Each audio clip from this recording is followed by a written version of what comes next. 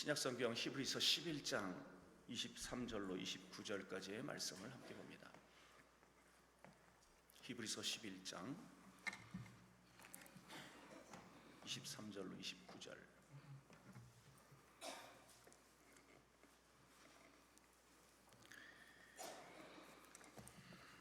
다 함께 23절로 29절까지 합독합니다. 믿음으로 모세가 낳았을 때에 그 부모가 아름다운 아이임을 보고 석 달 동안 숨겨 왕의 명령을 무서워하지 아니하였으며, 믿음으로 모세는 장성하여 바로의 공주의 아들이라 칭함을 받기를 거절하고 도리어 하나님의 백성과 함께 고난받기를 잠시 죄악의 낙을 누리는 것보다 더 좋아하고 그리스도를 위하여 받는 수모를 애굽의 모든 보화보다 더 큰 재물로 여겼으니 이는 상 주심을 바라봄이라. 믿음으로 애굽을 떠나 왕의 노함을 무서워하지 아니하고 곧 보이지 아니하는 자를 보는 것 같이 하여 참았으며, 믿음으로 유월절과 피 뿌리는 예식을 정하였으니 이는 장자를 멸하는 자로 그들을 건드리지 않게 하려 한 것이며, 믿음으로 그들은 홍해를 육지같이 건넜으나 애굽 사람들은 이것을 시험하다가 빠져 죽었으며. 아멘. 목동 능력교회 이동석 목사님이십니다. 오늘 본문을 중심으로 모세의 믿음처럼 이라는 말씀 증거하십니다. 우리 하나님께 영광의 박수를 드립시다. 할렐루야. 사랑이 많으신 전능하신 아버지, 은혜를 감사합니다. 히브리서 11장에 이렇게 우리가 믿음장이라고 말하는데, 믿음장이 많은 사람 중에서 모세에 대해서 말하겠습니다. 우리 모세의 믿음 닮아 모두가 믿음으로 승리하며 마지막 믿음의 아름다운 결실까지 보도록 축복하여 주시옵소서. 예수님의 이름으로 기도합니다. 아멘. 할렐루야. 우리 이런 찬양할까요, 여러분? 찬송가 258장 샘물과 같은 보혈은 예수의 피로다. 아멘. 예수의 피복로가 여러분과 저희 모든 것을 정하게 하실 줄 믿으면서 258장입니다.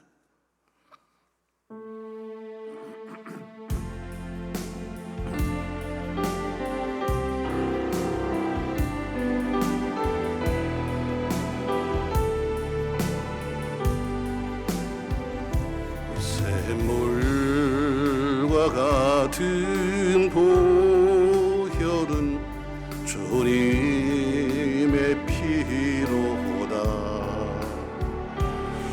보혈의 죄를 씻으면 정하게 되겠네. 정하게 되겠네. 정하게 되겠네. 보혈의 죄를 씻으면 정하게 되겠네. 저도적 회개하고서 보혈에 씻었네. 저도적 같으리 몸도 죄 씻길 원하네. 죄 씻길 원하네. 죄 씻길 원하네. 저도적 같으리 몸도 죄 씻길 원하네. 죄속함 받은 백성은 영생을 얻겠네. 샘솟듯 하는 피곤새 한없이 크도다. 한없이 크도다. 한없이 크도다. 샘솟듯 하는 피곤새 한없이 크도다. 날 정케 하신 피 보니 그 사랑 한없네. 살 동안 받는 사랑을 늘 아멘 늘 찬송하겠네. 늘 찬송하겠네. 늘 찬송하겠네. 살 동안 받는 사랑을 늘 찬송하겠네. 이후에 천국 올라가 더 좋은 노래로 날 구속하신 은혜를 늘 찬송합시다. 할렐루야. 늘 찬송하겠네. 늘 찬송하겠네. 날 구속하신 은혜를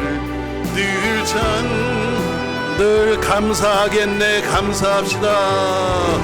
늘 감사하겠네. 늘 살 동안 받는 사랑을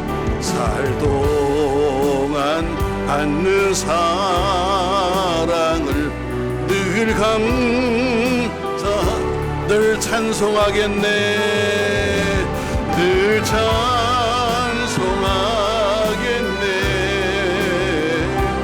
늘 찬송.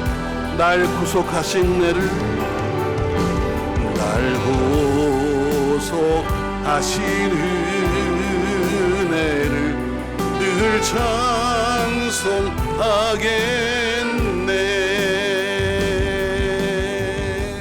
할렐루야. 우리가 보혈 찬송을 부르면 주의 보혈이 우리의 죄를 씻기십니다. 할렐루야. 보혈 찬송이 능력의 찬송이죠. 아무쪼록 보혈 찬송 많이 부르시기 바랍니다. 오전 낮 시간에는 갈렙의 신앙을 얘기했는데 저녁 시간에는 모세의 믿음을 좀 이야기하면서 우리가 모세의 믿음을 좀 닮았으면 좋겠다 생각합니다. 우리가 히브리서 11장을 가리켜서 믿음의 장이다 이렇게 말씀하잖아요. 사실 저자가 정확하게 누구라고 성경은 말씀하지 않습니다. 그냥 누군지 모르지만 많은 사람이 바울일 것이다 이렇게 말하기도 하고 또 다른 얘기도 합니다만 그러나 성경은 정확하게 저자가 누군지 말씀하지 않아요. 다만 히브리서 11장에는 보면 많은 믿음 사람이 나와 있는데 그중에 분량을 화려하기를 아브라함을 가장 많이 썼습니다. 믿음의 조상 아브라함이니까. 근데 아브라함 이후에는 많은 사람 중에서 모세를 가장 많이 화려한 거 보면은 아마 이 저자는 바라보기에 아브라함 이후의 모세를 가장 큰 믿음의 사람으로 본 것 같아요. 저는 여러분 모세를 말하면서 모세의 믿음 우리가 닮아가며 그 속에서 예수를 닮아가시기를 주 이름으로 축복합니다.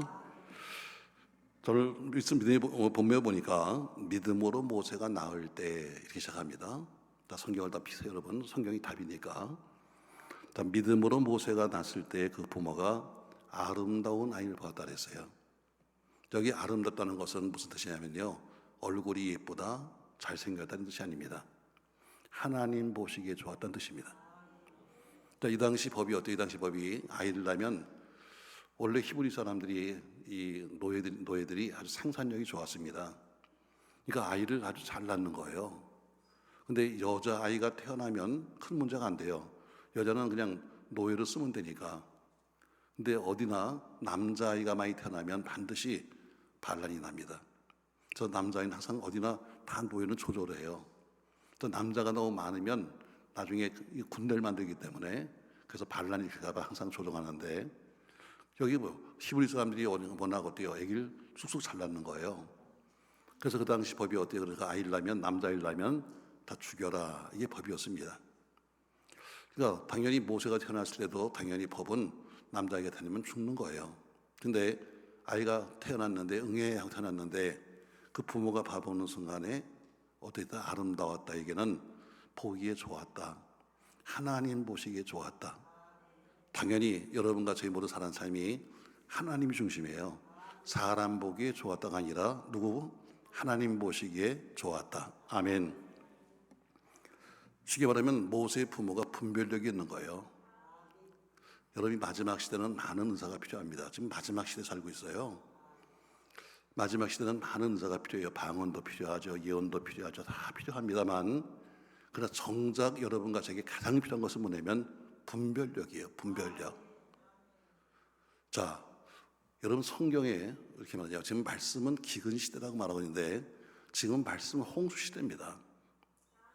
말씀 홍수예요. 여러분이 원하면 365일 24시간 누구 설교도 다 들 수 있는, 저 시골부터 시작해서 해외까지 외국에 있는 목사까지 다 들을 수 있는 바로 말씀 홍수입니다. 여러분 홍수 아시죠? 홍수가 뭐예요? 물이 넘치는 게 홍수예요. 근데 막상 물이 넘치면 제일 중요한 것이 뭐냐면 먹을 물이 없는 거예요. 먹을 물이. 물이 넘치는 게 홍수 아닙니까, 여러분? 그러면 뭐가 없어요? 생수가 없는 거예요. 그래서 항상 홍수가 나면 구급대가 제일 먼저 갖고 오는 것이 뭐냐면 생수와 모포입니다. 지금 시대가 그래요. 말씀은 지금 흔해 빠졌어요. 여러분이 원하시는 누구 말씀도 다 들을 수 있고 아무나 다 유튜브에 띄고 아무나 다 할 수 있어요. 근데 홍수 속에서 뭐가 없어요? 생수가 없어요. 그러니까 여러분과 제가 이 생수를 고르는 게 중요한 거예요. 아무거나 많이 들어주는 게 아닙니다, 여러분. 과거에는 우리가 살기 참 힘들 때는 1970년대, 한 80년대, 80년대쯤 된다. 그때는 부패가 한국에 처음 생겼어요. 그때는 부패가 내게 자랑이었었어. 나 오늘 저녁에 부패 간다. 아, 이러면 어때요? 이렇게 말합니다. 싸봐. 기억나요, 여러분? 우리가 이렇게 살기 힘들었어요. 싸와. 그래서 어때요? 가서 집에 가서 살그머니 갈비도 싸우고 떡도 싸우고 그런 시대가 있었어요. 기억하시죠, 여러분? 지금 야, 나 부패 간다니까 싸봐. 이런 사람 한 명도 없어. 요새는 좀 망했습니다만 저희 교회 앞에 일식 뷔페가 있었습니다. 자그마치 1200평의 뷔페를 만들었어요. 음식도 많고 먹을 것도 많습니다. 뭐 교회 앞이니까 무슨 행사가 있으면 이제 거기서 자주 옛날에 식사했는데 지금은 뷔페 가면 어때요, 여러분? 옛날처럼 이렇게 말합니다. 옛날 기본은 7번이야. 그래서 7번은 먹어야 본전치기 하지 하면서 옛날엔 막 고봉으로 갔다가 막 이만큼씩 먹었습니다. 우리가 그렇게 살았어요, 여러분. 근데 지금은 어떤지 아세요? 지금은 다 빈 접시야. 그리고 다니면서 이렇게 말합니다. 아유, 먹을 게 없어. 여러분과 제가 그러고 다니는 거예요. 아유, 먹을 게 없어. 이러고 다녀요. 먹을 게 왜 없어요, 여러분? 수백 가지 반찬이 많은데 먹을 게 왜 없어? 그런데도 불구하고 어때요? 이제는 아유, 먹을 게 없어. 이러고 다녀요. 시대가 이런 시대예요. 말씀은 수없이 많아. 먹을 말씀이 없어. 아멘 좀 해요, 여러분? 그러니까 분별할 수 있어요. 분별. 많이 먹고 여러분 많이 듣는 게 좋은 게 아니라 이것을 먹는데 내게 유익이 되느냐 안 되느냐 여러분 분별해야죠. 오늘 모세의 부모는 뭐에 분별력이 있는 거예요. 아이가 태어났으면 당연히 갖다 버려야 됨에도 불구하고 어때요? 이 아이를 보는 순간에 아, 좋았다, 하나님 보시기에 좋았다 해서 아이를 살리겠다는 생각 갖는 분별력. 다시 말해요, 이 세대는, 마지막 시대는 정작 필요한 은사가 뭐냐면 분별력이에요. 내가 이 말씀을 드리면 살아 죽어? 내가 이 말씀을 드리면 사는 말씀이야, 죽는 말씀이야? 내가 지금 사람을 만나면 내게 유익이 있어, 유익이 없어? 여러분 이걸 분별해야 돼요. 아무나 만나서 같이 어울리고 아무나 가서 다니면서 뭐하고 아무나 가서 앉는 것이 아니라 여러분과 제가 분별력이 없으면 안 되는 시대에 살고 있어요. 여러분 다시 권면합니다. 여러분 마지막 시대는 뭐가 필요하다? 분별력이 필요하다. 하다못해 음식 하나 먹는 것도 어때요? 다니면서 자기한테 꼭 필요한 것을 골라 먹는 것처럼 음식은 골라 먹는데 왜 말씀은 골라 먹지 않아? 저에게 어떤 성도가 저한테 묻습니다. 뭐 별로 그렇게 믿음이 그 좋은 성도는 아니었었는데 저한테 묻기를 목사님 우리 마누라 있잖아요. 아침부터 눈만 뜨면은 텔레비 틀어놔요. 그리고 하루 종일 그러고 그래서 목사님들 설교를 듣는데 이게 참 믿음이 좋은 거예요, 나쁜 거예요? 나보고 물었어요. 제가 한마디로 말했습니다. 그 믿음이요, 개떡 같은 믿음이요 그랬어요.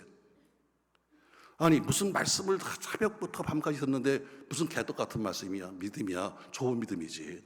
아니요. 말씀도 가는 길이 있어요. 목사님들마다 말씀도 가는 길이 있어. 다 똑같은 말씀 갖고 똑같이 하는 것이 아니라 어떤 사람은 똑같은 말씀인데 이렇게 풀기도 하고 어떤 사람은 이렇게 똑같은 말씀이 저렇게 풀기도 해서 말씀 잘못 먹으면 어때요? 혼란만 오는 거예요. 전 여러분에게 분별을 있기 바라요. 할렐루야. 우리 기도원도 마찬가지잖아요. 기도원도 이 땅에 많이 있습니다. 많이 기도원이 없어졌습니다만 그래도 꽤 있어요. 강사님들도 많이 오시잖아요. 그러나 어때요? 저 말씀을 들으면 내가 살아 죽나? 한 번쯤 여러분 생각해 봐야 돼. 그냥 깔깔대고 웃으면 여러분 이런 얘기 하는 것이 아니라 정말 저 말씀이 내게 필요한 말씀인가를 찾아봐야지. 무조건 많이만 들으면 믿음이 좋다, 천만에요. 오늘 모세의 부모는 분별력이 있었어요. 자, 그래서 그 아이를 숨기죠. 자, 24절 말씀. 믿음으로 모세는 장성했습니다. 바로의 공주의 아들이라 칭함을 받기를 거절했다 했습니다. 첫 번째 모세의 믿음이 뭐냐? 거절하는 믿음이에요. 거절하는 믿음. 믿음 생활 똑바로 하려면 거절할 줄 알아야 돼요. 안 되는 건 안 된다. 왜 아멘을 안 해? 아무리 목사 아무리 장로 떠들어도 거절 못하면 넘어지는 거예요. 여러분, 오늘 모세는 바로의 공주의 아들로 들어갑니다. 물론 하나님이 다 계획하신 거죠. 하나님의 계획은 놀랐습니다. 자, 아이를 버려야 되는데 그래서 나일 강가에서 버리잖아요. 근데 그 어머니가, 모세 어머니가 어때요? 그 아이를 갈상자에 태웁니다. 아시죠, 여러분? 갈상자 다들 알고 있는 얘기입니다. 저는 워낙 설교를 어렵게 할 줄 몰라요. 내가 무식해가지고 좋은 멋있는 말을 잘 쓸 줄 몰라. 그냥 여기 성경대로만 할게요, 여러분. 자, 갈상자에 아이를 태웠어요. 그리고 그 아이를 떠내보냅니다. 여러분, 사람이 만든 갈상자는요, 아무리 잘 만들어도 물에 빠져요. 근데 모세를 태운 갈상자는 동실동실 떠내려갑니다. 왜? 모세 어머니가 실력이 좋아서? 갈상자 만든 사람이 잘 만들어서? 아니에요. 자, 노아가 배를 만들었습니다. 근데 노아가 만든 배는, 사실 노아는 뱃사공이 아니잖아요. 그는 건축한 사람도 아닙니다. 그러니까 만든 배라고 말하지만 사실은 엉성하게 짝이 없는 거예요. 남들이 와서 구경하러 옵니다. 야, 노아야, 너 뭐 하는 거냐? 야, 난 배 만들고 있다. 야, 그리고 큰 비가 오는데 입에 산대. 남들이 보고 그래요. 웃긴다 너. 배가 저렇게 엉성하냐, 야. 구멍이 났네. 아이고, 너 혼자 타고 가라 이놈아. 그랬을 거예요. 근데 그 배가 물에 뜹니다. 노아가 잘 만들어서 천만에요. 성경에 찾아보면 노아나 이 모세가 탄 그 갈상자나 특징이 하나 있어요.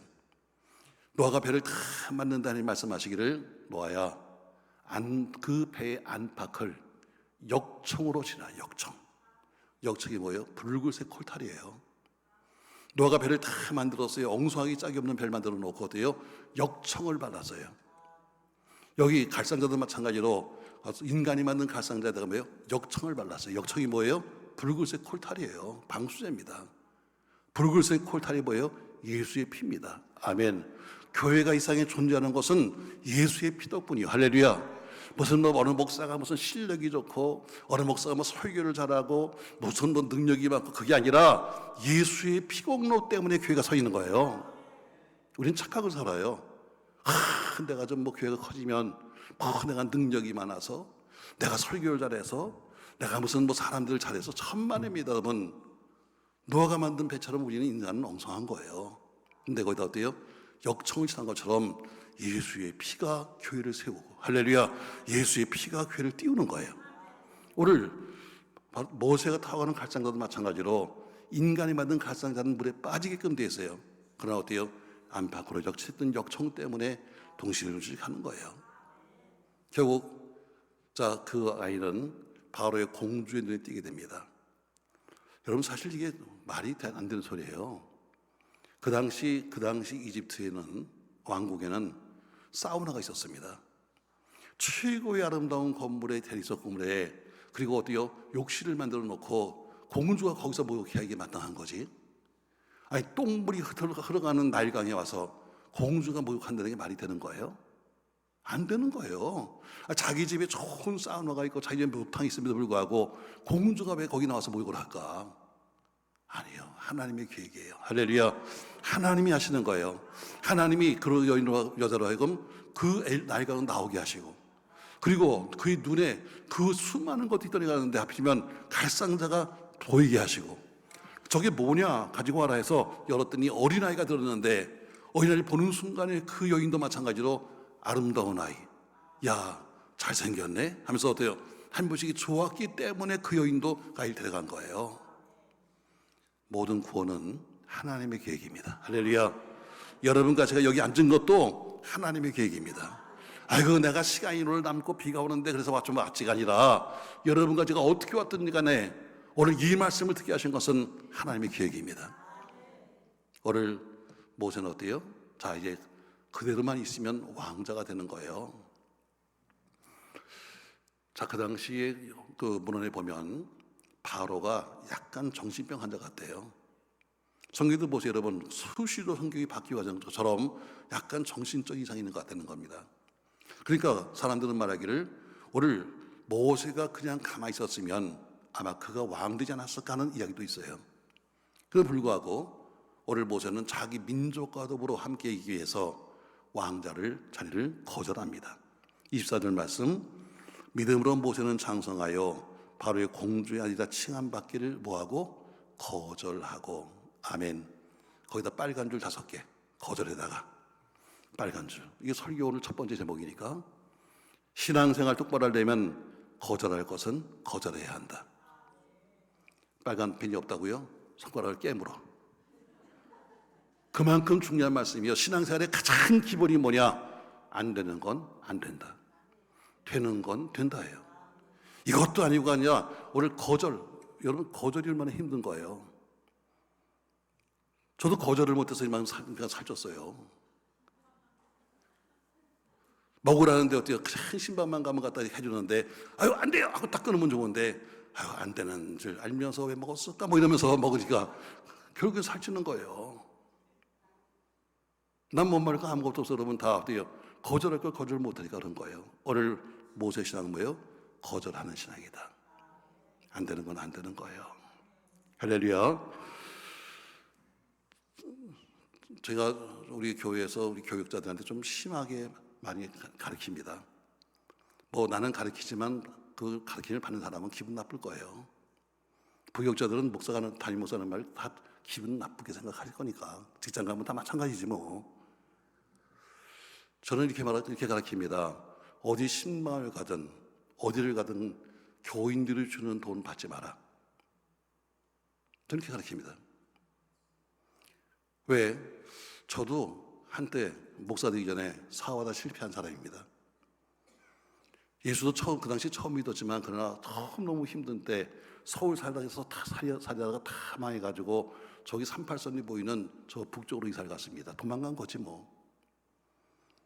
근데 서울에서 어쨌든 새신자가 다니던 교회, 저는 장로교 출신인데 원래는 그 장로교회 우리 목사님이 저 38선 있는 교회 장로교에다 전화했습니다. 동기 목사님한테, 야 여기 서울에서 한 놈이 망해서 가는데 니네 동네로 이사 간댄다. 야 네가 걔 그냥 데려다가 니네 교회 좀 데려가라 하고, 쓸모없는 저를 갖다 어쨌든 한 영혼 그리 보낸다고 보내셨겠죠. 이사를 갔는데 바로 어디냐면 교회에서 아주 가깝습니다. 집도.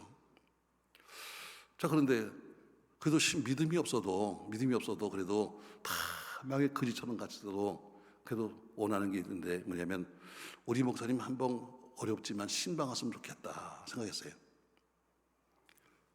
여러분 당연히 새신자가 왔으면 신방해야 되는 거 아니야? 물론 뭐 여러 가지 목회 스타일이 다르겠지만 그렇게 생각했어요. 그래서 얘기를 했습니다. 자, 거기 뭐 구역장인가 누구한테 목사님 한번 신방 안 오시나요? 했더니 그분이 말씀하시기를 이렇게 말합니다. 예, 집사님. 참 시골은 집사들도 금방 시켜주도 하고, 집사님 신방 하려면 두 가지를 준비해야 됩니다. 첫 번째, 우리 감사헌금을 준비하십시오. 그러더라고요. 두 번째, 목사님이 교통비를 준비하십시오. 그러더라고요. 그런데 이게 이해가 안 되는 거야. 교통비가 뭐야? 우리 교회하고 우리하고 마주보고 있는데, 아니 길 건너 하나 오는데 교통비가 필요해? 내 머릿속에는 이게 이해가 안 돼. 아니 왜 교통비가 필요할까? 교회 문만 열고 나오면 우리 집 문인데 무슨 교통비가 필요하지? 사실은 교통비 드릴 만한 돈이 없어서 저는 신방 못 받았어요. 이게 평생 내 마음속에 있는 거야. 여러분, 목사가 신방 가면 언제 가는 거야? 근무 시간에 가는 거야. 목사가 차를 타고 가면 뭐가 가는 거야? 교회 돈으로 기름 넣고 가는 거야. 목사가 타는 차는 누구 차야? 교회 차야. 근데 무슨 교통비가 필요한 거야? 난 지금도 마찬가지예요. 교회에서 일체 신방 다니면서 아무것도 받지 마라. 그들이 감사함으로 하나님께 드리는 건 도리거지만 우리가 교통비 받는다? 이건 받을 게 아니다. 나 입이 또 이만큼 나옵니다. 저 목사는 우리가 막 돈 챙기는 거 싫어하나 봐. 아니요, 제가 이유를 말하죠. 전 지금도 똑같아요. 여러분 교인들, 여러분 개는 집에서 개를 키우잖아. 이사에서 나옵니다만 개는 요새는 우리가 잘못 키워요. 요새는 개들이 워낙 이뻐가지고요. 세상에 처음 보는 사람 보고 꼬리치고 달란다. 이거 좀 잘못된 게 아니야. 개는 처음 본 사람은 짖어야 되는 거야. 개는 집 지키는 게 개지. 막 꼬리치고 와서 여러분 이건 개가 아니야. 전 여러분들도 개 키우나 모르겠습니다만 저도 개를 좋아해요. 자, 어느 집에 신방 가면 나 처음 갔는데 그게 처음 봤는데 들어갈 때부터 좋아가지고 와서 꼬리를 치고 팡팡 뛰다가 어때요? 나중에 또 뒤로 팔랑 또 누워가지고 이렇게 있다? 이 개가 왜 그럴까? 여러분 개가 이상한 거 아니에요 여러분? 개가 이유가 있어요. 그래야 주인이 좋아하는 거예요. 그래야 주인이 좋아하면서 아이고 내 새끼 하고 있으니까 아하, 우리 주인님은 이걸 좋아하는구나. 큰 꼬리를 치고 그리고 나중에는 이렇게 자빠지고 하면은 우리 주인이 배를 만지면서 아이고 이쁘다 이걸 아는 거예요. 우리 목사는 개요. 목사는 시대를 향한 개고 교회를 향한 개고 잘못 지를 줄 알아야 되는 거야. 요새 목사는 나도 마찬가지지만 짖지도 못해. 이유가 뭔지 알아요? 입에다가 하나씩 물었거든. 개뼈다귀를. 입에다 갈비를 하나 물었거든. 입에다 물었기 때문에 못 짖는 거야. 교인들이 주는 돈을 받아먹고 교인들이 주는 것들 갖다 얻어먹으니까 어때요? 할 말을 못하고 살지. 난 그래서 받지 말라는 거예요. 뭐 무슨 장례 치렀다 결혼식 했다 뭐 주는 거 저희는 다 갖다 모아요. 사무실에서 모아서 회의가 있어가지고 그래서 걔들 공동으로 뭐 할 때 써요. 안 돼. 안 되는 건 안 되는 거야. 아멘집에 여러분. 제가 좀 심한지 몰라요. 그러나 저는 그렇게 하라고 그래요. 교회 차도 마찬가지로 교회 차도 개인적으로 쓰지 마라. 이건 공용이다. 하나님 헌금으로 샀고 헌금으로 지금 기름는 거야. 너 개인적으로 쓰려면 네 개인적으로 잘 타고 다녀. 제가 너무 좀 심해요. 제가 봐도 그래요. 저 옛날에 미국에 가서 부흥하는데 뭐 추석 때 이런 때 공유 때 가야 어쨌든 교회에 피를 안 끼치니까. 그런데 전화가 왔어요. 기사가. 목사님 우리 교회에 스타렉스가 한 대 없어졌습니다. 아니 왜 교회 버스를 어디 갔어? 교회 버스를 누가 타고 갔어? 들이 한참 뒤에서 연락이 왔어요. 보니까 부목사님이 타고 오셨습니다. 아, 제 차 있잖아. 들이 몰라요. 그 차 갔습니다. 제가 막 비행기표를 바꿔가지고 추석 연휴 끝나자마자 딱 들어와서 기다렸습니다. 그 친구는 출근하는 거죠. 본거 잘 모르고선 참 어디 목사님 언제 오셨어요? 할렐루야. 야, 너 어디 갔다 오냐? 시골 갔다 오는데요. 네 차 있잖아. 근데 내 차는 작아서 이 큰 차 타고 가면은 버스 전용차선을 가니까 그래서 타고 갔다 왔습니다. 그런 거 이렇게 말합니다. 목사님 그래도 기름은 제가 넣습니다. 제가 그랬습니다. 엔진은 누구 거냐? 그래, 기름은 네가 넣는데 엔진은 누구 거야? 여러분, 사람은 정확해야 합니다. 되는 건 되고 안 되는 건 안 되는 겁니다. 아멘. 신앙이 아니면 거절할 건 거절할 줄 알아야 돼요. 그냥 무조건 다 주는 거 얻어먹고 무조건 다 받아먹으면 할 짓을 못하는 거야. 오늘 모세는 뭐예요? 거절하는 신앙 안 돼. 그냥 가만히만 있으면 평생을 다 누리고 살 건데 어때요? 믿음 때문에 안 돼. 여러분, 신앙생활은 뭐예요? 거절하는 건 거절하는 거야. 왜 아멘이 작아져?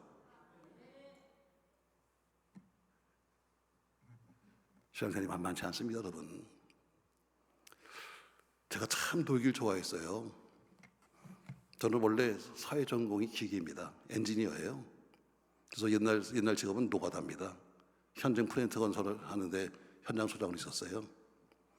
옛날 현장 소장은요, 사실 거의 일 안 했습니다. 요새는 뭐 일하지만 옛날에는 거의 하는 일이 뭐냐면요, 상대편 회사의 사람들과 더불어 영업하고 술 먹고 화투 치고 해서 마음 풀어주고 결제 빨리 받는 게 현장 소장이었었어요. 그래서 저는 어떤 분이 물어요. 그럼 목사님, 전공은 기계인데 부전공은 뭐예요? 제가 말합니다. 난 부전공이 고스톱이요. 뭐라고? 고스톱이 내 부전공이야. 거의 패를 보고 전화하는 앞서 사람 돈을 잃었다가 땄다가면서 어때요? 거의 보고 쳐. 저만 그런 게 아니라 저희 뭐 같은 다 또 친구들이 다 똑같죠. 우리 친구들 참 그 고스톱 좋아했습니다. 술 먹기 좋아하고. 저도 그 중에 한 사람이죠. 제가 인생 다 망가지고 그리고 나중에 살길 찾겠다고 제가 신학교를 가 작정을 했습니다. 또 친구들한테 연락을 했어요. 얘들아, 앞으로 난 너 못 만날 것 같아. 왜? 너 어디 해외 가냐? 아니, 나 이제 신학교 간다. 어떤 친구가 전화했습니다. 아주 안타깝게, 야 동서가, 너 정말 그렇게 힘드냐? 어디 직업을 바꿔도 그렇지 어떻게 여자하고 노는 직업을 택했니? 지금 교회는 다 여자하고만 놀잖아. 그러면서 한 소리가, 친구들이 얘기했는데 너 가는데 송별회하겠다. 송별회. 신학교 가는 송별회. 그래서 만나자. 어디서 만날까 했더니 무교동 나이트클럽에서. 송별회를 나이트클럽에서 하자는 겁니다. 그리고 헤어졌어요. 그리고 오랫동안 못 만났죠. 신학교 4학년, 교회 개척하고 한 6년. 지금 현재 있는 예배당을 목동 아파트에 크게 짓고 있을 때 전화가 왔습니다. 10년 만에. 보니까 10년 만에 온 전화인데 제가 딱 들으니까 누군지 알겠어요. 그만큼 가까웠으니까. 야 동서가, 너 요새 사업이 잘 된다면 안 믿는 놈은 예배당이 이게 사업이요. 너 요새 4억 짓되면 교회 짓는 게 4억 짓는 거야. 야 좀 만나자. 야 친구들이 보고 싶다. 야. 그래서 10년 만에 만나고 있어. 왜? 나도 만나고 싶었어요. 왜? 과거의 내 모습과 지금 좀 바뀐 내 모습을 보여주면서 야 좀 전도했으면 좋겠다 해서 만나기로 작정했어요. 1월 초 며칠 날 화전에 있는 친구네 집에서 만나겠는데 다들 뭐 부부동반에서 뭐 만나고 뭐 저도 갔지요. 10년 후에 보니까 얼마나 반갑겠어요. 자, 반갑다 하는데 어때요? 여자는 다 모이면 어디로 가냐면 싱크대 앞으로 가. 음식 준비해야지. 남자는 다 어디로 가? 안방으로 가야지. 뭐 해야 돼? 자, 내가 목사요. 목사인데 내가 그걸 치겠어? 난 그냥 뒤에 가만히 있는 거야. 뒷짐지고.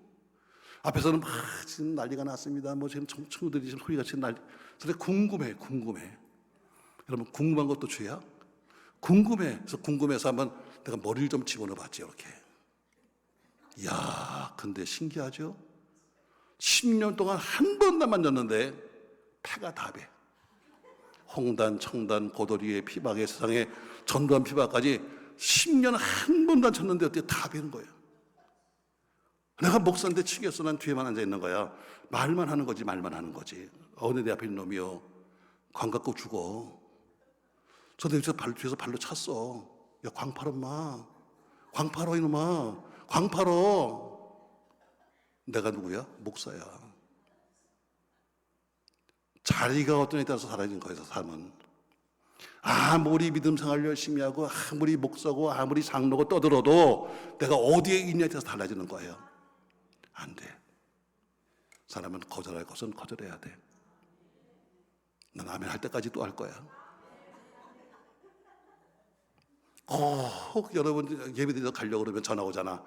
너니 나다 어디 갈래? 하고 꼭 그때 오잖아. 그러면 뭐 해야 돼? 안 돼. 이걸 할 줄 알아야 되는 거야. 기다린 것처럼 알았어 갈 테니까 하고 나가지 말고 누가 전화해도 뭐예요? 안 돼. 이걸 못하는 거죠.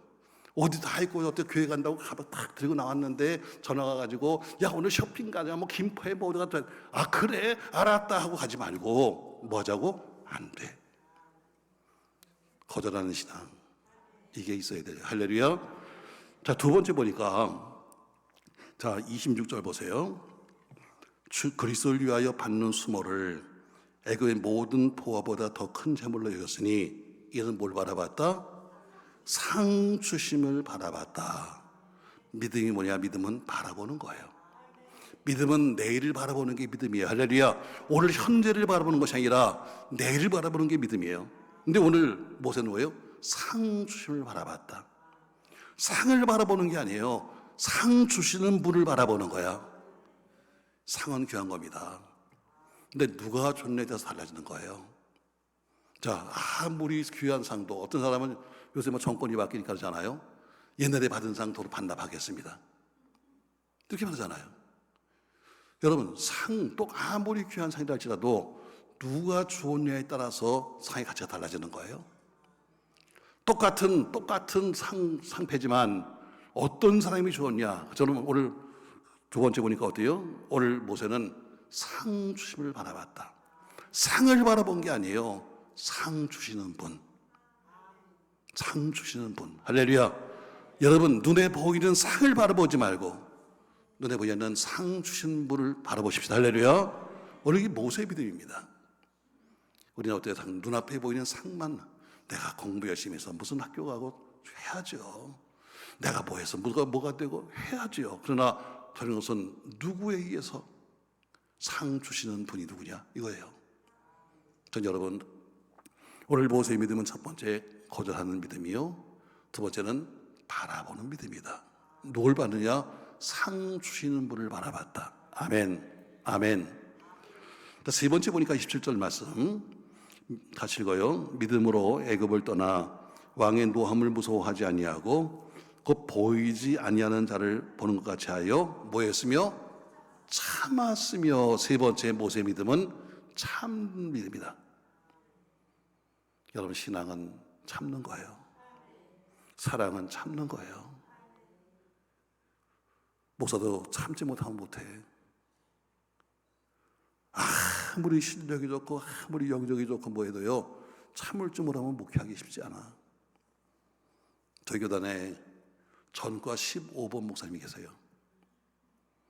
뭐 별의별 폭력 별의별 짓을 다 했겠지. 15번 정도면 그분이 은혜를 받고 신학교 와가지고요 목사가 되었어요. 그리고 개척을 했어요. 근데 개척에서 어때요? 조그마한 개척교회를 하고 있는데 말이죠. 어느 날 도저히 참을 수가 없는 거야. 도저히 참을 수가 없는 거야. 그래서 그 설교하다 말고 말이죠. 설교하다 말고 중간에 막 튀어나와서 그 조그만 예배당 밖에 나와서 가슴을 풀어헤치고 예수가 사람 잡는다. 예수가 사람을 잡아. 왜? 옛날 같으면 국물 딱지도 없어. 한반지야. 근데 예수님 때문에 내가 말도 못하고 예수님 때문에 승깔도 못 내고 해서 예수가 사람 잡는다고 가슴을 쳤던 것처럼 여러분 신앙은 참는 거야. 아멘. 여러분 우리가 신앙하는 걸 왜요? 참아야 돼. 참지 못하면 못해요. 가정생활도 뭐예요? 참는 거예요. 부부생활도 뭐예요? 답은 참는 거야. 알려줄게 여러분. 자, 별거 다 한다. 자, 신앙생활은 뭐야?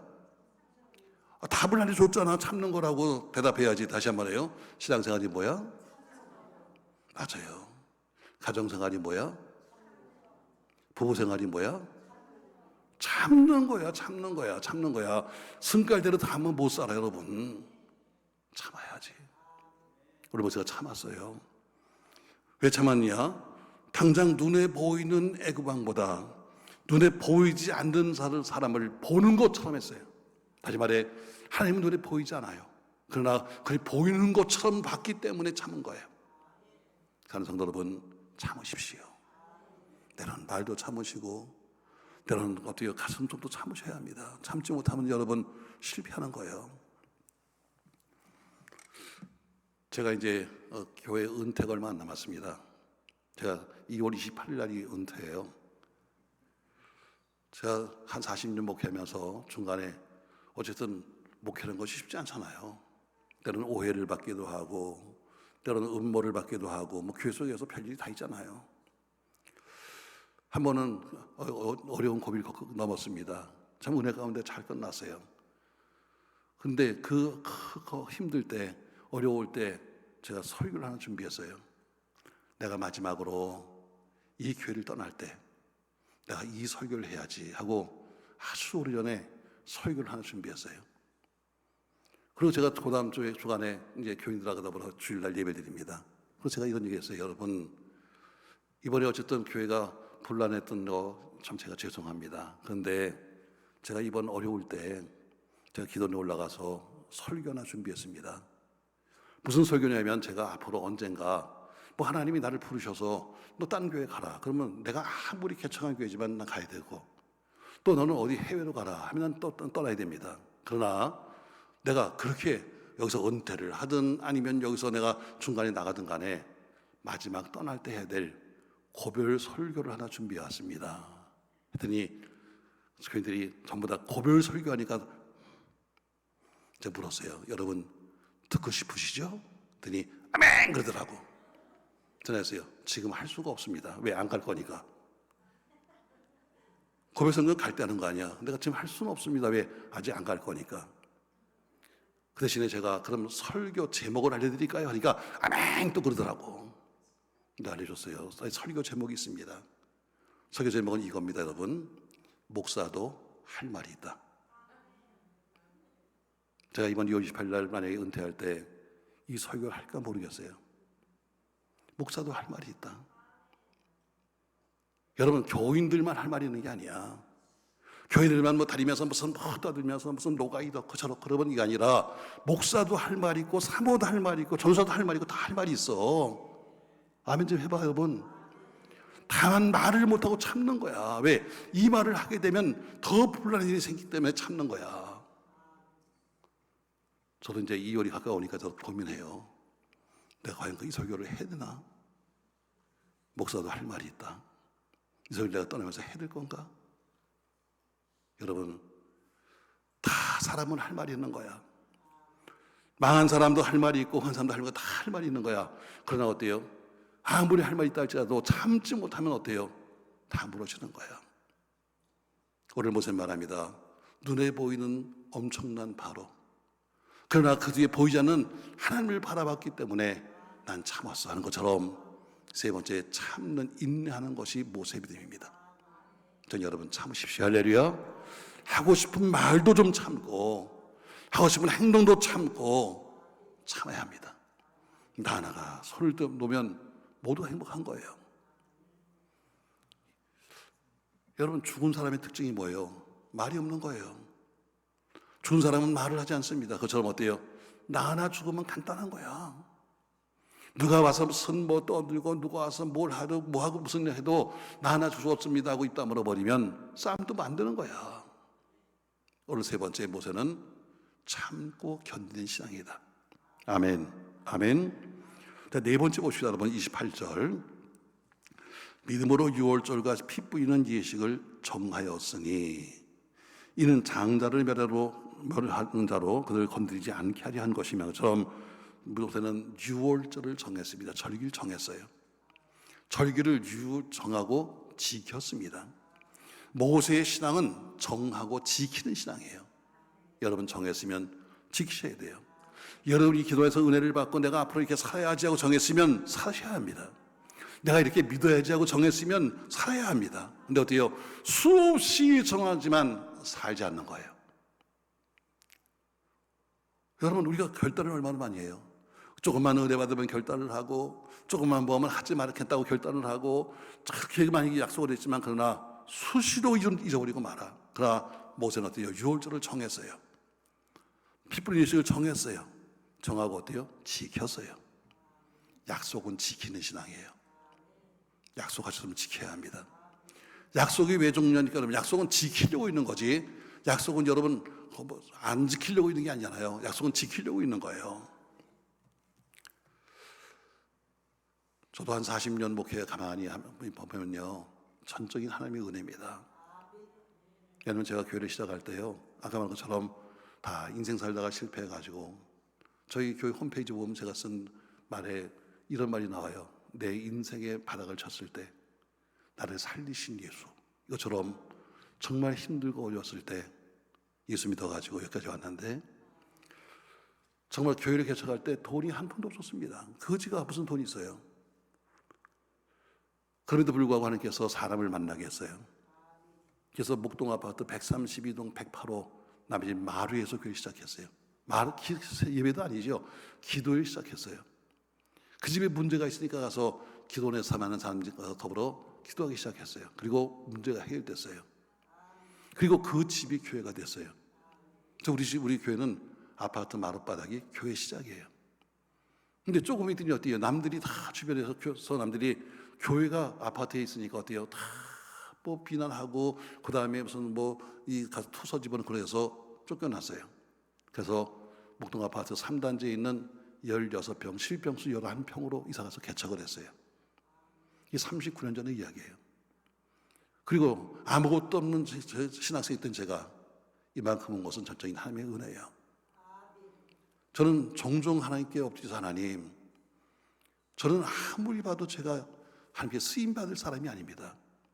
집안이 믿는 집안도 아니고, 우리 어머니도 믿는 분도 아니었었고, 우리 집안이 믿는 집안도 아니고, 처가집도 믿는 집안도 아니고, 우리가 처음 목회 시작해서 나도 목사가 되고 우리 집사람도 목사가 됐는데, 그리고 이만큼 여기까지 와서 우리 교회만 아니라 지금 전국의 지교회까지 지금 다 우리가 운영하고 있는데, 이게 웬 은혜입니까? 저는 그 내용을 합니다. 왜? 이유는 한 가지예요. 약속을 지켰기 때문이에요. 제가 교회를 처음 시작할 때요, 너무너무 힘들었어요. 그것도 내 돈은 한 푼도 없고, 아파트 주었던 그 사람이 집에서 쫓겨나니까 미안해서 1,000만 원 준 것 갖고 교회를 개척했는데, 개척하는 첫날부터 너무너무 힘든 거예요. 왜? 그 당시 한 달에 50만 원씩 월세를 내야 되고, 관리비 내야 되고, 아무도 없는 데가 어떻게 하면 좋을까? 그래서 약속을 했어요. 첫 번째, 하나님, 저요, 우리 교회, 우리 예배당 줄 때까지 저 집에 안 가요. 약속을 했습니다. 이 강단이 내 집입니다.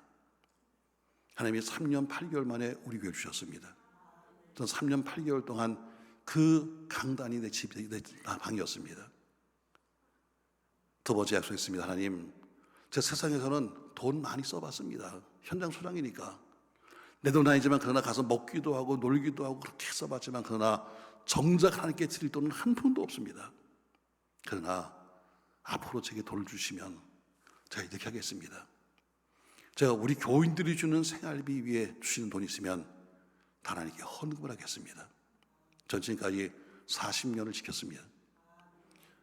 뭐 어디 가서 봉회를 하든, 어디 가서 한타임 설교를 하든, 어디 세미나를 인도하든 다 오는 대로 하나님께 드렸습니다. 전 약속을 지켰어요. 근데도 부족한 것 같아요. 하나님, 저 같은 게 어떻게 하루 세 끼를 다 먹겠습니까? 우리 예배당 주실 때까지 제가 하루에 한 끼를 금식하고, 한 달이면 1, 2, 3일을 제가 금식하겠습니다. 약속을 했습니다. 그리고 이렇게도 약속했습니다. 하나님, 우리가 교인들도 11조를 가르칩니다. 우리 교회도 11조 하겠습니다. 우리 교회 들어오는 모든 수입의 10분의 1, 장학 선교 헌금, 철예배 헌금, 교육예배 헌금은 저희가 선교비로 쓰겠습니다. 저희는 총 지출의 약 33%가 선교비입니다.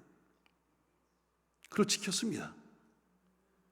나는 쓰임받을 만한 게 아무것도 없어요. 남들처럼 우리 목사님들 자랑스럽게 나는 박사냐는 전 박사도 못했습니다. 공부할 수 있는 시간도 없더라고요.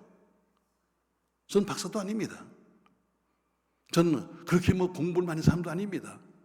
세상 살다가 그냥 목사가 된 사람이 하나에 불과합니다. 그래도 하나님이 이만큼 쓰신 것은 이유가 뭐냐? 약속을 지켰기 때문이다. 난 그걸 내가 느끼고 있어요. 내가 어렵게 힘들게 교회를 개척하면서 되지도 않을 만한 그런 약속을 해놓고 그걸 지키려고 매일 굶으면서 살았는데 하나님이 그걸 쓰신 거예요. 전 여러분 약속 지키셔야 합니다. 여러분이 약속은 어때요? 내가 필요한 때만 하는 것이 아니라 이제는 다 모든 게 이루어져도 약속은 계속해서 유지한 겁니다. 오늘 모세는 어때요? 유월절을 정했습니다. 유월절을 지켰습니다. 그처럼 하나님과의 약속을 지키는 사람이 모세 신앙입니다. 수없이 약속합니다. 새벽 기도를 약속하고 3일 금식을 약속하고 뭘 약속하는데 어때요? 그 다음에 며칠 가다 다 없어지고 맙니다. 그러나서 이렇게 말합니다. 하나님 왜 약속을 안 지키세요? 네가 안 지켰잖아. 네가. 또 기분 나쁘겠다. 네가 안 지켰잖아. 여러분 오늘 성경 말하고 있습니다. 모세가 뭐라고 그래요? 나는 유월절을 정했고 유월절을 지켰다. 아멘. 자, 지금까지 한 말 좀 정리합시다, 여러분. 첫 번째, 그냥 아까 줄 치는 사람은 줄 치고 안 되면 피를 흘리니까. 자, 24절의 말씀, 거절하고. 모세는 무슨 신앙? 거절하는 신앙이다. 안 되는 건 안 되는 거예요. 아무리 세월이 바뀌어도 안 되는 건 안 되는 겁니다. 아멘. 두 번째, 26절, 상 주심을 뭐했다? 바라봤다. 그는 바라보는 신앙이었다. 무엇을? 상 주시는 분을 바라봤다. 눈에 보이는 앞에 보이는 상이 아니라 누가 주는가? 상 주심을 바라봤다. 아멘. 세 번째 27절 말씀에서 뭐 했으며? 참았으며. 네 번째 29절에서 28절에서 예식을 정하였으니 양처럼 정하고 지켰다. 아멘. 자, 29절 말씀입니다. 자, 믿음으로 그들은 홍해를 육지같이 뭐 했다? 건넜으나 했습니다. 모세의 신앙이 무슨 신앙이냐? 모세의 신앙은 건너가는 신앙입니다. 자, 오늘 지금 모세는 어때요? 홍해를 건넜습니다. 그러나 요단강을 건너가지 못했습니다. 여러분, 건넜으나 우리 신앙은 이 땅에 끝나는 신앙이 아닙니다. 우리는 마지막 두 강을 건너야 합니다. 첫 번째는 우리가 홍해를 건넜다. 이건 이수기 시작한 거예요. 세상과 이제 애굽을 다 버리고 이제는 홍해를 건넜다는 것은 뭐예요? 드디어 신앙생활을 시작한 거예요. 우리가 홍해를 건넌 겁니다. 근데 어때요? 홍해를 건넜다고 여러분 천당 가는 게 아니에요. 우리는 광야길에 서선 겁니다. 아멘. 지금 우리는 광야길에 살고 있는 거예요. 광야를 가고 있는 겁니다. 수없이 많은 전쟁을 하면서 광야를 가는 겁니다. 그리고 마지막에 어딜 건너가야 돼요? 요단강을 건너가야지만 가나안입니다. 여러분 며칠 후 어디서 만나자고요? 요단강 건너가 만나자고요. 근데 어때요? 낮 시간도 말하잖아요. 대부분 못 가요. 대부분 못 건너요. 대부분 안 건너요. 자, 이스라엘 지파가 몇 지파예요? 12지파 아닙니까, 여러분? 자, 그들이 지금 약 40년 길을 갔다가 지금 가나안 땅에 쭉 전쟁하고 왔습니다. 그리고 이제는 드디어 요단강을 건너가게 생겼습니다. 근데 건너가기 전에 보니까 지금 옆에 아직 건너기 전에 요단 동편 땅이 너무 좋은 거예요. 근데 두 지파 반이 와서 말합니다. 모세에게 모세요. 우리는 건너가지 않겠습니다. 우리는 그냥 이 땅에 살겠습니다. 여기 보니까 지금 가나안 땅 가지 않아도 이렇게 좋은 땅이 여기 있는데 우리가 왜 갑니까? 다만 우리가 가족들은 다 여기 놔두고 또 그리고 재물들 다 여기 놔두고 남자들만 가서 싸우고 돌아오겠습니다. 그래서 12지파 중에서 두 지파 반이 요단 동편에 머물렀습니다. 어쩌면 지혜로운 사람이잖아요. 가나안 땅 또 저 요단강을 건너가서 싸우는 것보다는 좋은 땅에 그냥 정착시켜서 놓고 남자들만 싸울게요. 지혜로운 사람입니다. 교회도 지혜로운 사람이 많습니다. 잘 들으세요. 그러나 나중에 이스라엘이 망할 때 제일 먼저 망한 민족이 어딘지 아십니까? 바로 그들입니다. 예, 요단강을 건너지 않았기 때문에 그래요. 우리는 요단을 건너야 합니다. 제가 낮 시간도 얘기했잖아요. 낮 시간도 이스라엘 백성들이 바벨론에 끌려가서 70년 포장을 합니다. 가서 얼마나 고통을 했는지 시편에 보면 어때요? 그들이 가서 가지나무에 가지에다가 자기들의 악기를 걸어놓고 내가 70년은 절대로 이걸 치지 않을까 하면서 그들이 눈물 흘렸던 때가 있었습니다. 그리고 70년 포로 생활이 끝났습니다. 이미 이사야가 예언한 것처럼 또 에레미야가 예언한 것처럼 70년 뒤에 너희는 해방시킨다 했는데 하나님이 고레스라는 삶을 통해서 해방을 선포해 주었습니다. 너희는 돌아가라. 예루살렘에 돌아가서 무너진 성전을 지어라. 여러분 얼마나 큰 축복이에요. 저희가 오늘 낮 시간에 했던 얘기입니다. 그러나 그 당시에 바벨론에 살고 있던 사람이 몇 명이냐? 이스라엘 민족이 200만 명입니다. 200만 명이 70년 동안 여기 포로로 끌려와서 아기 낳고 집 짓고 또 하다 보니까 200만 명으로 불어났어요. 그렇게 큰 민족이 됐습니다.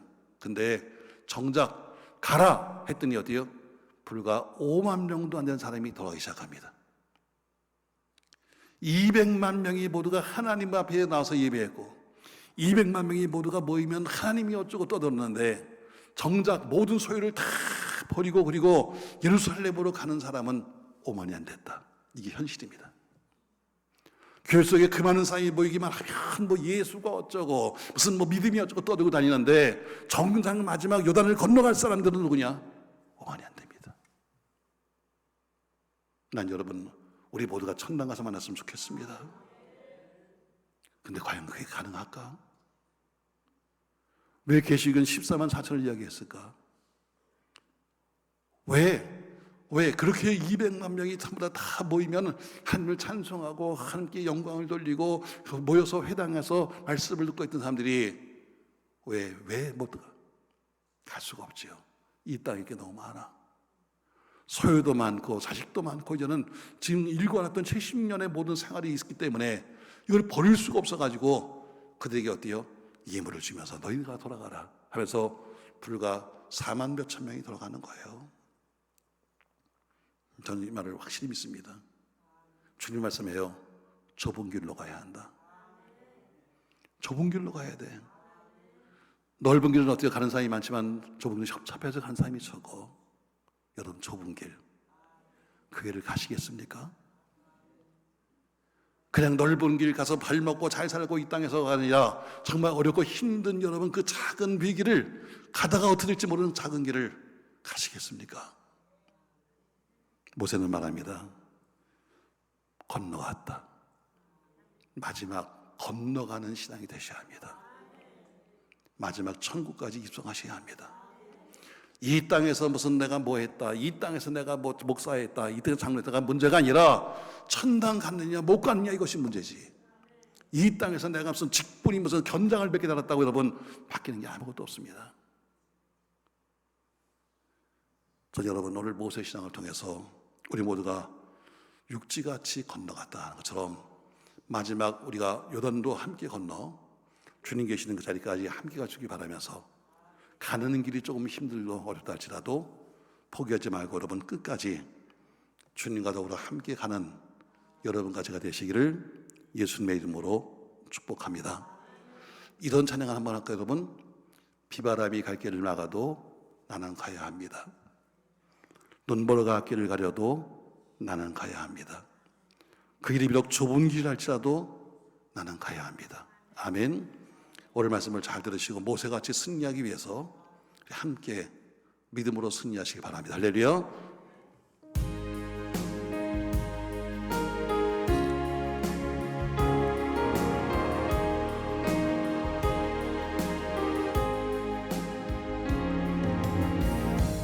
비바람이 갈 길을 막아도 나는 가리 주의 길 가리 눈보라가 앞길을 가려도 나는 가리 주의 길 가리 이 길은 영광의 길 이 길은 승리의 길 나를 구원하신 주님이 십자가 지고 가신 길 나는 가리라 주의 길을 가리라 주님 발자취 따라 나는 가리라 나는 가리라 주의 길을 가리라 주님 발자취 따라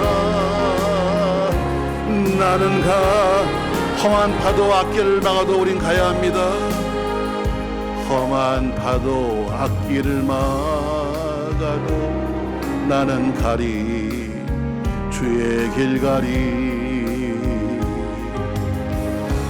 모진 바람 앞길을 가려도 나는 가리 주의 길 가리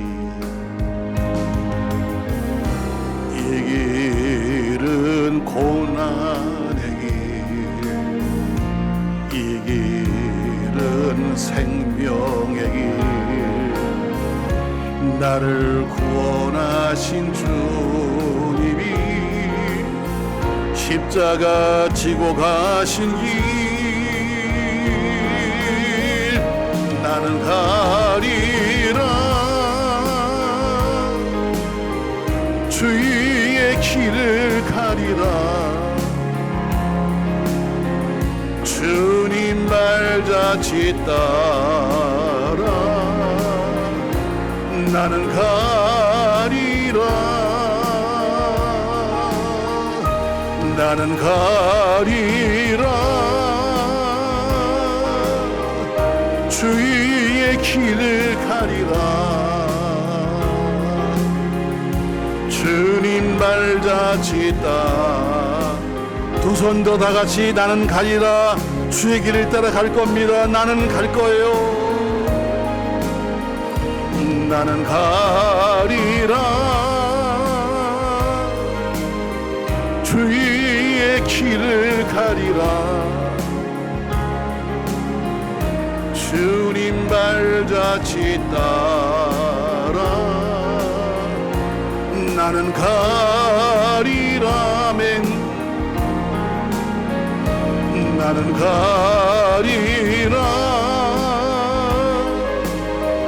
주의 길을 가리라